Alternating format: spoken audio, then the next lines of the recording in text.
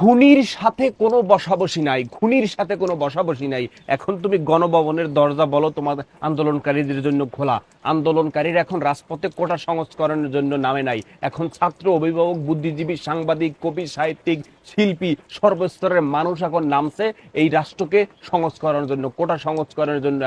এখন যারা আছে এখন তারা কোটা সংস্করণ চায় না, এখন রাষ্ট্র সংস্করণ চায়। তুমি বাচ্চা বাচ্চা স্টুডেন্টদেরকে তুমি মাইরা সেনাবাহিনীকে পর্যন্ত গুলি করতে বলছো, সেইদেরকে গুলি করতে বইলা তুমি এখন বলো গণভবনের দরজা খোলা, আন্দোলনকারীদের সাথে তুমি কথা বলবা। তুমি কথা যদি তোমাকে বলতে হয়, যাদেরকে গণকবর দিছো, যাদেরকে মারছো, যাদেরকে হেলিকপ্টার থেকে গুলি করছো, সেনাবাহিনী গুলি করছে, র্যাব গুলি করছে, পুলিশ গুলি করছে, প্রশাসন গুলি করছে, গুলি করে যে তুমি মারছো, ওই যে আবু সাইদ থেকে মুগ্ধর মতো ট্যালেন্টেড পার্সন যে তুমি কি মারছো, সবগুলোকে তাজা প্রাণ দেবা। আল্লাহর কাছে দরখাস্ত করো, আল্লাহর কাছে অ্যাপ্লিকেশন করো, আল্লাহ আমি এই কটা জীবন চাই, সমস্ত তাজা প্রাণ দিয়ে তারপর তুমি কথা বলবা।